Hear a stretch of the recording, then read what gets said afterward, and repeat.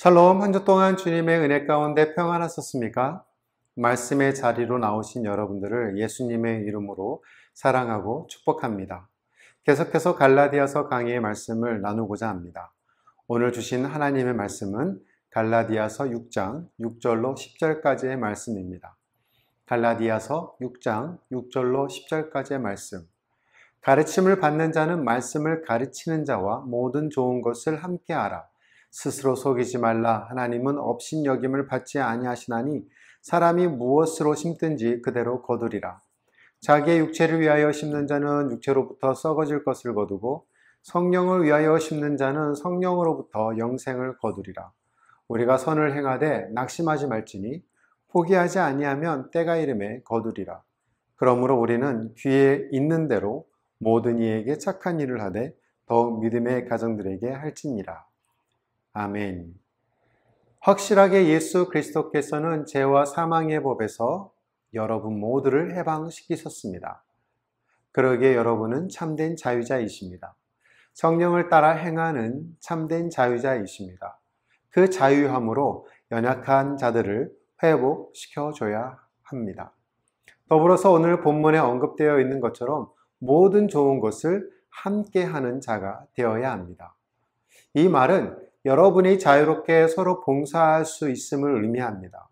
이 말은 여러분은 성령으로 살 자유가 있고 서로 진정으로 사랑할 자유가 있다는 말입니다. 이것은 그리스도께서 여러분을 자유롭게 하시기 전에 여러분 스스로가 할 수 없는 일이에요. 하지만 그리스도로 인하여서 여러분이 가능하다고 생각했던 것보다 훨씬 더 많은 일들을 할 수 있게 되었습니다. 이것은 어떨까요? 여러분이 지금까지 살아오시면서 작고 큰 사항들을 결정할 때가 많이 있었잖아요. 그런 것들을 결정할 때마다 수없이 많은 고민과 지인들의 조언과 자기의 경험 그리고 학문적인 지식 등을 다 동원했을 것입니다. 그렇게 해서 결정을 내리셨겠죠. 그리고 나온 결과가 어떨 때는 원하는 결과가 나와서 흡족해하고 반대로 그렇지 않을 때는 원하는 결과가 나오지 않았을 때도 있었을 것입니다. 그럴 때 여러분 모두는 그 결과를 인정하지 않으려고 했을 것이에요. 그 결과를 물리고 싶었을 것입니다. 그렇지 않나요? 그러나 안타깝게도 슬프게도 그것은 불가능하다는 사실을 잘 알고 계십니다. 다시 말씀을 드리면 여러분이 가능하다고 생각했던 것보다 훨씬 더 많은 일들을 할 수 있습니다. 그렇다고 해서 여러분의 행동으로 인한 결과로부터 여러분 스스로가 자유로워진다는 것은 절대 아닙니다. 무슨 말입니까? 일반적으로 상호관계에서 give and take라는 말을 종종 하잖아요. give and take. 이것은 주종의 관계로, 때로는 상하관계로, 고용주와 노동자의 관계로, 심지어 교회 내에서도 사용됩니다. give and take. 오늘 본문을 통해서 자유자인 여러분이 어떻게 해서 자유의 추수를 누릴 수 있는지를 살펴보도록 하겠습니다. 좋은 것을 함께 하셔야 합니다. 6절입니다. 가르침을 받는 자는 말씀을 가르치는 자와 모든 좋은 것을 함께 하라. 누가 누구와 함께 좋은 것을 나누는 것입니까? 네, 가르침을 받는 자와 말씀을 가르치는 자입니다. 여기서 가르침을 받는 자는 이에 해당하는 헬라어의 동사형은 원래 이해가 되다, 귓가에 울리게 하다는 뜻으로 사용이 되었어요. 때로는 좋지 않은 소리를 귀에 따갑도록 반복해서 듣는 것을 사용이 되고요. 이들은 어떤 특정한 단체나 조직 속에 있는 자들을 가리키기보다는 그리스도의 교훈 아래에 있는 자들이라는 포괄적인 의미로 보는 것이 타당할 것입니다. 그래서 NIV 성경에서는 anyone이라고 했어요. anyone who received introduction in the word라고 번역을 해놨습니다. 말씀을 배우는 어느 누구나 라고 지역할 수 있겠죠. 또한 말씀을 가르치는 자, instructor는 가르침을 받는 자들의 신분이 구체적으로 드러나 있지 않아요. 가르치는 자들의 신분도 분명하게 드러나지도 않고 있습니다. 이들은 말씀을 가르치는 자들로서 다른 바울 서신서에서 보면 교사라고 번역이 되어 있는데요. 여기서 크게 둘로 나눌 수 있습니다. 하나는 이들이 초대교회 안에서 목회자적인 신분을 가진 자들로 교사와 같은 신분의 사람들이라고 보는 견해가 있고요. 또는 가르치는 자들은 보다 초기의 직분자들로서 바울을 포함한 사도들과 바나바와 디도 같은 사역자들과 같이 교회가 임명한 장로들로 보는 견해들도 있습니다. 이들은 교사들과는 달리 한 교회에 소속된 사람들이기보다는 복음을 전파하기 위해 여러 곳으로 돌아다니는 전도 여행자들, 또 순회 전도자들을 뜻하는 것으로도 볼 수 있어요. 어쨌든 이들을 어떻게 하라고요? 하나님의 말씀을 가르치는 사람들에게 좋은 것을 나누는 것입니다. 세번역 성경입니다. 말씀을 배우는 사람은 가르치는 사람과 모든 좋은 것을 함께 나누어야 합니다. 한 교회에는 가르치는 목사와 그 가르침을 받는 성도라는 그룹이 있습니다. 이 둘 사이에는 특별한 관계가 형성이 되어 있어요. 특별히 하나님의 말씀을 가르칠 때 교사와 학생 사이로 아주 특별한 관계가 형성이 되죠. 교사와 학생은 서로 공유하는 관계 아니겠습니까? 이 구절에서 좋은 것을 함께 하라에서 함께 하라는 NIV 성경에서는 share, 나누다, 공유하다라는 단어로 사용되어 있어요. 나누다라는 단어는 교제라는 코이노니아라는 헬라에서 기록이 되어 있고요. 문자 그대로 공유하다, 친교하다, 교제하다라는 의미입니다. 여기서 번역하면 공유하다라는 의미가 더 적합할 것 같아요. 한번 이렇게 생각해 볼까요? 한 교회에서 담임 목사는 보수를 받으며 일하는 어떤 회사의 직원이 아니라는 것이죠. 담임 목사는 그 교회의 성도들의 삶을 함께 나누고 함께 사역에 참여시키고 서로 가진 것들을 나누도록 가르칩니다. 그 목사는 성도들에게 하나님의 말씀을 나눕니다. 그 방식이 설교이든 성경 공부이든 예배나 소그룹 모임이든 말입니다. 성도들은 그 목사의 나눔을 통해 말씀을 배웁니다. 목사가 교회로부터 보수를 받고 있기 때문에 이런 나눔을 하는 것이 아니에요. 그 목사는 자발적으로 이 일들을 행하며 나누며 공유하고 있는 것이죠. 이것이 율법적으로 해야 하기 때문이 아닙니다. 담임 목사는 교회와 성도들을 사랑하기 때문에 기꺼이 하는 것입니다. 그러니 이 관계가 고용주와 고용인의 간의 계약 관계가 아니란 얘기예요.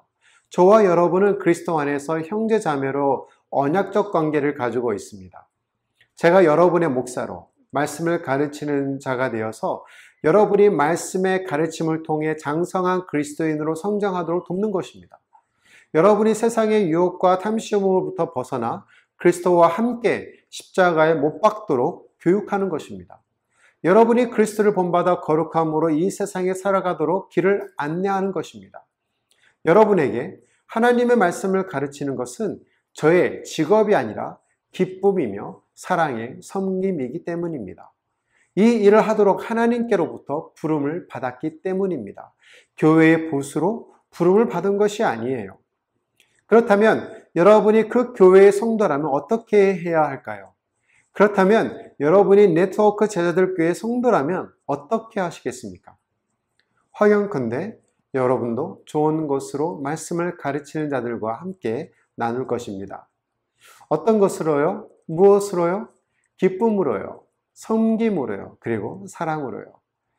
구약시대에는 12지파 중 레위지파를 제외한 11지파가 이들을 부양하도록 하게 했습니다. 이것은 율법이었기 때문에 그들은 꼭 해야만 했어요. 지금은요. 이제는 여러분은 이미 율법 안에서 자유자입니다.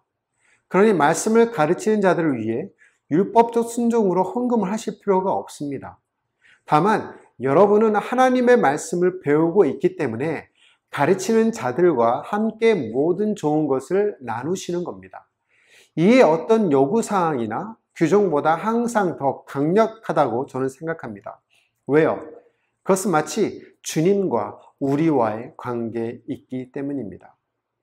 그러기에 감사의 마음에서 여러분은 너무도 자유롭게 소유한 것들을 하나님께로부터 맡겨진 것들을 다른 이들을 위해 기꺼이 나눌 수 있습니다. 주님 때문에 새 생명을 얻었기에, 주님 때문에 희생적 사랑을 알았기에, 주님 때문에 영생으로 살 수 있기에 이 모든 것을 값 없이 나눠주신 그리스도로 인하여서 저와 여러분이 기쁨과 감사함으로 나누는 삶을 살아야 하지 않을까요? 두 번째는 스스로 속이지 마십시오입니다. 7절로 8절을 볼까요? 스스로 속이지 말라. 하나님은 업신여김을 받지 아니하시나니 사람이 무엇으로 심든지 그대로 거두리라. 자기의 육체를 위하여 심는 자는 육체로부터 썩어질 것을 거두고 성령을 위하여 심는 자는 성령으로부터 영생을 거두리라. 사람이 무엇을 심든지 그대로 거둘 것입니다. 콩을 심으면 콩을 거두고 팥을 심으면 팥을 거둡니다. 콩 심은 곳에 팥이 날 수 없고 팥을 심은 곳에 콩이 자랄 수 없습니다. 이것은 삶의 원리이죠. 이러한 맥락에서 사도 바울은 여러분 모두가 모두 좋은 것을 나누기를 원하고 있습니다. 모든 좋은 것을요. 좋은 것을 심으면 좋은 것을 얻기 때문이죠. 그러기 위해서는 스스로 속이지 말아야 합니다. Do not be deceived. 여기서 속이지에 해당하는 헬라어는 길을 잃게 되다, 진리에서 벗어나도록 하다, 잘못되게 유인하다, 미혹하다 등을 뜻합니다. 의미적으로 어떤 유혹에 미혹되어서 믿음을 잃게 된다는 말이에요. 만약 스스로 속이는 자가 된다면 하나님을 바보 취급하는 것과 같기 때문입니다. 하나님은 업신여김을 받지 아니하시나니 God cannot be mocked. 여기서 업신여김은 NEV, New English Bible 버전에서는 바보 취급당하다, to be fooled라고 되어 있어요. NIV와 현대인 성경에서는 God cannot be mocked, 조롱을 당하다라고 번역을 했죠. 현대인 성경을 다시 한번 볼까요? 7절입니다. 자신을 속이지 마십시오. 하나님은 조롱을 당하지 않으십니다. 사람은 무엇을 심든지 심은 대로 거두는 법입니다. 인간의 이기적 본성에 의하여 저질러진 행위는 결국 하나님을 모독하거나 조롱하는 결과를 초래하게 됩니다. 7절에서 업신여김을 받지 않는다라는 것은 전지전능하신 하나님께서 인간의 모든 행위에 대하여 공의로운 심판을 하실 것을 의미하고 있는 거예요. 율법을 지킨다고 자부하며 할례를 행하는 자들이 오히려 진정한 율법의 정신인 사랑과 선행을 무시하는 것에 대한 지적을 하고 있는 겁니다. 이런 이들의 행위가 하나님을 조롱하고 있는 것이고 하나님을 업신여기는 것임을 보여주고 있는 말입니다. 그래서 바울은 인간의 행위를 자연 법칙에 의해서 비유했어요. 사람이 무엇으로 심든지 그대로 거두리라. 여기서 묘사된 행위는 심는다는 농부가 지속적으로 행하는 행위를 말하고 있는 거잖아요. 결국 농부를 비롯한 인간의 모든 행위가 그대로 거둬지는 미래의 결과를 나타내는 것입니다. 곧 모든 행위는 하나님의 심판을 향하고 있다는 것을 보여주고 있다는 말이에요. 따라서 사람들이 복음을 듣고 그것을 어떻게 실생활에 실천하느냐 하는 문제는 그가 하나님의 심판대 앞에서 어떠한 결과로 거둘 것이나 하는 문제와 밀접한 관계가 있다는 말입니다. 8절을 다시 한번 볼까요? 자기 육체를 위하여 심는 자는 육체로부터 무엇을 거둔다고요? 썩어질 것을 거두고 성령을 위하여 심는 자는 성령으로부터 무엇을 거둡니까? 영생을 거두리라. 심은 대로 거둔다라는 일반적인 자연 법칙을 바울은 서로 다른 두 가지의 경우에 적용시키고 있어요. 무엇이죠? 육체와 성령이죠. 정확하게 말하면 육체는 sinful nature, 죄의 본성입니다. 앞서 갈라디아서 5장 19절로 21절에서 언급을 했기 때문에 이거 넘어갈게요. 중요한 것은 이런 타락은 육체의 본성을 규모 없이 생활한다면 어떻게 된다고요? 파괴된다. 파멸된다는 것입니다. 결과적으로 육체적 부패와 도덕적 타락을 초래하게 되고 영적인 성품을 잃게 된다는 것입니다. 반면에 성령을 위하여 심는다는 것은 자기의 삶을 성령을 따라 행하고 성령의 열매를 거두기 위하여 성령의 인도하심을 따라 사는 것을 얘기하는 거예요. 이러한 삶의 결과는 무엇인가요? 영생, eternal life입니다. 영생을 얻게 된다는 것이에요. 하나님의 영광에 참여하고 하나님의 다스림 속에서 기쁨으로 살아간다는 말입니다. 바울은 이 단락에서 씨를 뿌리고 거두는 농부의 은유를 사용했어요. 만약 바울이 사업가의 은유로 사용했다면 그는 아마도 어디에 돈을 투자하느냐에 따라 투자에 대한 수익이 결정됩니다 라고 말을 할 것이에요. 돈, 재물과 같은 것에 사람들은 아주 민감하게 반응하잖아요. 돈 때문에 사람을 죽이고, 돈 때문에 불실공사가 나타나고, 돈 때문에 정치판이 혼탁해지고, 돈 때문에 여러 비리들이 나오는 것이겠죠. 그렇다고 해서 수고하여 땀을 흘린 노력의 대가의 보상을 헛된 것으로 보지 말라는 말은 아닙니다. 돈은 이 땅에서 살아가는 것에 있어서 아주 중요한 것 중에 하나예요. 세상 사람들이 돈을 자기 마음대로 쓸 수 있는 자유가 있듯이 여러분도 그렇게 할 수 있습니다.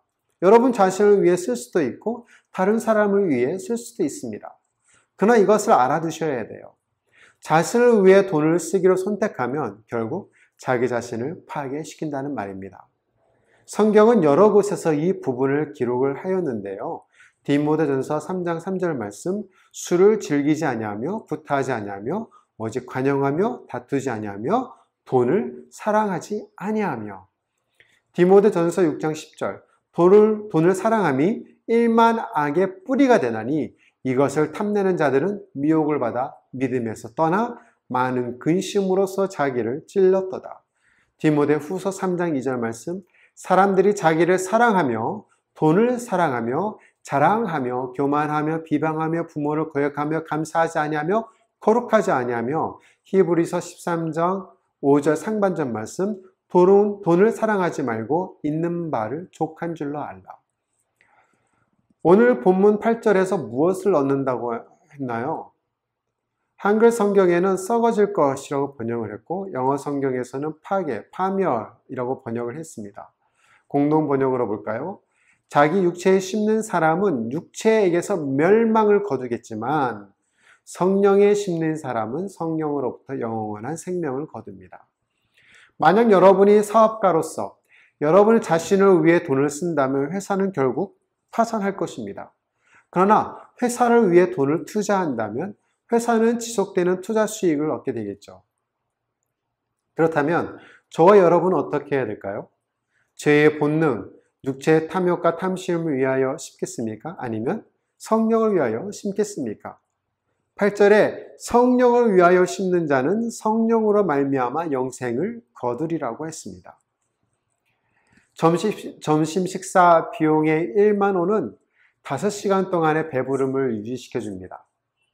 넥타이 한 개의 구입비의 1만 원은 5주 동안 패션을 유지시켜 줍니다.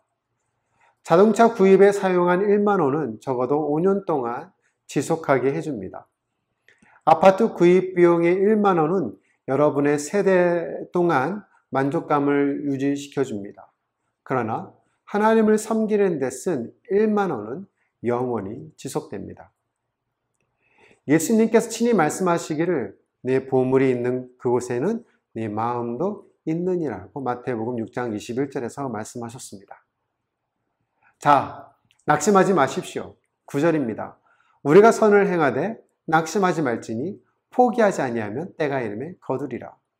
여러분이 어떤 것을 선택하든지 결국 그 선택에 대한 결과를 보게 될 것입니다. 그것이 파멸이든 그것이 영생이든 말입니다. 이 구절에서 바울은 선을 행하고 낙심하지 말고 인내하라고 말을 하고 있어요. 왜요? 포기하지 않으면 마침내 거두기 되기 때문입니다. 주의할 것이 있습니다. 그것은 계속적으로 반복적으로 꾸준히 행해야 하는 것이에요. 공동 번역입니다. 낙심하지 말고 꾸준히 선을 행합시다. 꾸준히 계속하노라면 거둘 때가 올 것입니다. 여러분의 집 어딘가에 혹은 차 안에 WD-40을 가지고 계실 겁니다. 녹 제거용으로, 금속 광택용으로, 윤활용으로, 기타 등등으로 많이 사용이 되죠. 근데 이거 아십니까? WD에 나오는 40이 어떤 의미인지요? 40이라는 숫자는 효과적인 개발을 위해 노력한 숫자입니다. 39번째 실패했지만 40번째 성공했다는 의미예요. 추수의 때를 기다리는 농부들을 생각해 볼까요? 봄에 모내기를 하며 당장 수확의 기쁨을 생각하는 농부들은 계시지 않을 겁니다. 장마철에 농두렁에 물길을 만들어주고 쓰러진 벼를 하나하나 세우고 병충해 예방을 위해 농약을 살포하고 여름에 뜨거운 햇살 아래에 계시면서 벼들을 관리하시고 그리고 가을이 돼서야 익은 벼를 수확하는 기쁨을 누리는 것 아니겠습니까? 저희 사역을 도와주는 현지 목사님 4분이 계십니다. 사모님께서 2번이나 유산이 되시고 어렵게 3번째 임신이 됐었어요. 임신 중독으로 유산기가 있어 병원에서도 스페셜 리스트에 올려놓고 검사와 진료를 받고 계십니다. 일주일에 5번 유산방지 주사를 접종하시면서 안정을 시켜가고 계세요. 우리 모두가 희망하고 기도하기로는 태아가 안정적으로 엄마 뱃속에서 건강하게 잘 자라주고 10개월 후에 응애 응애 하고 외치는 소리를 듣고 싶은 것입니다.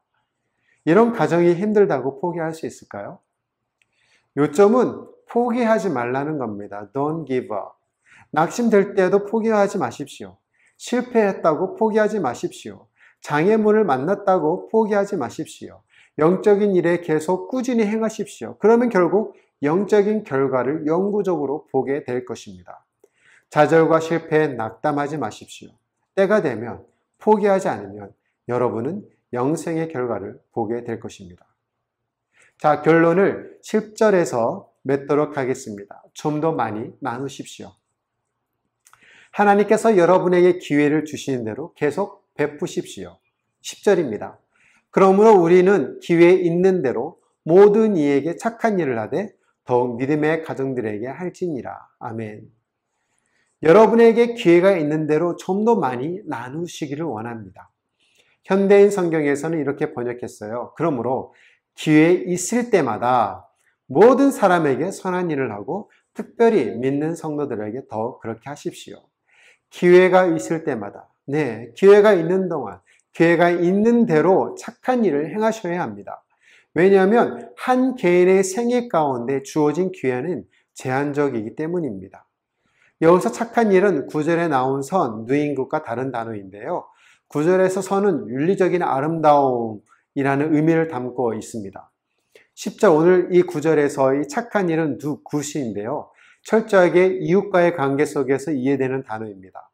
또한 6절에서는 복수 형태로 사용이 되어 좋은 것들로 영적인 것과 물질적인 그 모든 것을 의미하는 데 사용되었지만 10절에서는 단수로 사용되어 있어요. 이유인즉 비록 단수로 사용되었지만 선행에 역점을 두고 있기 때문에 그 선한 모든 것을 하나로 묶는 집합적 의미로 해석됐기 때문입니다. 이런 이들을 모든 사람들에게 하고 특별히 믿는 성도들에게 더욱 그렇게 해야 하라고 권면하고 있습니다. 더욱 믿음의 가정들에게 할지니라. Especially to those who belong to the family of believers. 바울이 믿는 성도라고 한정적으로 구별한 것은 갈라디아 교회의 상황을 이해하시면 돼요. 갈라디아 교회 내에 거짓 교사들과 유대주의자들이 있었기 때문입니다. 그들을 특별히 잘 해주라고 권면하고 있는 것이에요. 믿는 성도들에게 말이죠. 왜냐하면 하나님의 자녀가 된 무리들은 신앙의 공동체로 분리적인 관계, 다시 한번 불가분리적인 관계를 지니고 있기 때문입니다. 이처럼 교회의 성도들은 이웃보다 더 긴밀한 형제자매로 연결이 되어 있기 때문에 그래요. 하지만 하나님께서 여러분에게 기회를 주실 때마다 말씀대로 모든 사람들에게 선한 일을 행하셔야 합니다. 오늘 하나님께서 여러분에게 무엇을 나누라고 하십니까? 그리고 누구에게 나누라고 하십니까? 지난 수요일에 설교를 준비하는 가운데 저희 대학생 훈련팀의 한 지체로부터 메시지를 받았습니다. 기도 요청의 메시지였는데요. 2학기 등록금을 내지 못하게 돼서 자기 지역이나 이곳 바콜로드에서 일자리를 찾을 계획인데 이것을 위해 기도해 달라는 것이었습니다. 이유인즉 해외에서 일을 하시면서 자기에게 학비를 보내주는 이모가 계시는데 많이 편찮으셔서 병원에 입원하고 계시다고 해요. 2학기 등록금을 보내주지 못한다는 메시지를 받았다고 합니다. 비싼 병원비와 약값을 지출해야 되기 때문이죠. 그 지체의 가정 형편을 알기에 기도하자고 했습니다. 그리고 그 지체에게 등록금하라고 송금해 주었어요. 마침 저에게 사랑의 헌금이 있었기에 송금할 수 있었습니다. 이 사랑의 헌금도 저희 지역에서 사역하시는 선교사님께서 감사하는 마음으로 저희에게 해주신 거예요. 만약 그 선교사님께서 이 사랑의 헌금을 해주시지 않으셨다면 바로 그 지체에게 송금할 수 없었을 것입니다. 성령님의 감동으로 선교사님께서 알지 못한 저희 지체를 위해 후원해 주신 거라고 생각합니다. 마찬가지 지난 12월에 태풍 라이로 인하여서 많은 재산 피해가 있고 인명 피해가 있지 않았습니까? 여러분에게 도움의 손길을 요청하는 기도 제목을 올렸을 때 여러분은 십시일반 물질로 도와주셨고 기도로 후원해 주셨습니다. 이와 같은 것 아닐까요? 기회가 있을 때마다 여러분은 가능한 한 최선의 방법으로 여러분의 것을 선한 일에 사용하고 싶을 것입니다. 그렇다면 모든 좋은 것을 나누십시오. 육체를 위해 스스로 속이지 마십시오. 더 많이 나누십시오. 그렇다면 하나님의 나라, 복음의 공동체가 이곳과 섬기는 모든 곳에 확장될 수 있습니다. 다시 한번 주의를 드리겠습니다. 율법적으로 주어야 하기 때문에 주지 마십시오. 율법적으로 행해야 하기 때문에 하지 마십시오. 여러분은 더 이상 율법에 있지 않습니다. 그 대신 성령을 따라 행하십시오. 성령의 감동하심으로, 성령의 인도하심으로 행하십시오. 자유함 속에서 말입니다. 거저 받았으니 자유롭게 주십시오.